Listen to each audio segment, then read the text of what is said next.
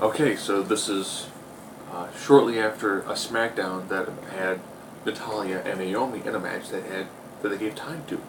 Was a decent match and played off something that happened on Raw. So Natalya wrestling a heel against Naomi was a pretty solid match. It should have been better because you've got a great technical wrestler and an amazing athlete, but you could tell they just haven't worked enough to truly click and put on an amazing match. But still, a very, very good match.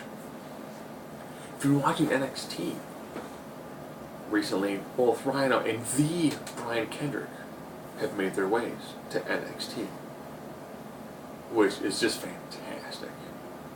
If NXT can start using some of the more established stars and just kind of like guest spot roles, and then do a couple of quick matches here and there, they use them to get somebody else over, that's a beautiful move. That's ironically what TNA tried to do when they brought people like Hulk Hogan. And that's absolutely fantastic. That's some amazing, amazing stuff. And Rey Mysterio got moved to the alumni side. He really hasn't had a match, I want to say almost, I think it's been pretty close to a year. It's like 8 months or a year since he had his last actual match. Probably lost to Del Rio.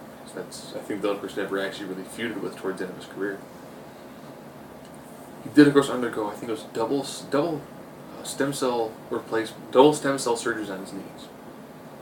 He's been trying to get him released for quite some time, but since he was injured for the better part of his last contract, they wanted to hold him on for a little bit. Why'd the mask sell? He makes a tremendous amount of money based off the marketability of his look.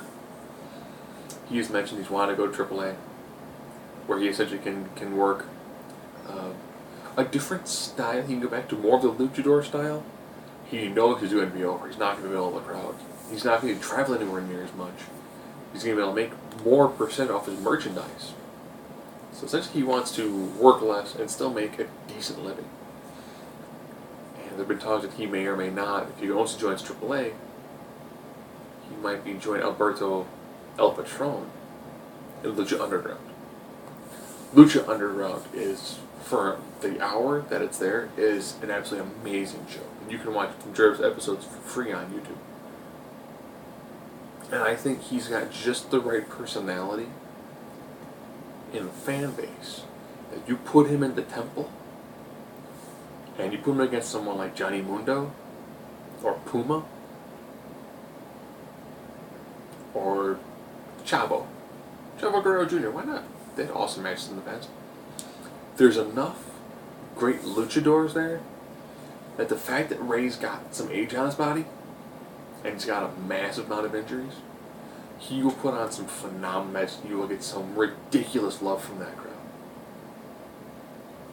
I think that's what he really wants. I think he's gotten to the point now in his career where he's like, yeah, I've got a decent amount of money sitting back. He wants to be able to work more of his style of match, travel less, and work in front of the people who are truly, truly going to appreciate his craft. Instead of trying to work a pseudo-handicapped style and then make it more pleasing for a mainstream casual American audience. So, I wish you the best of luck in future endeavors, Mr. Mysterio.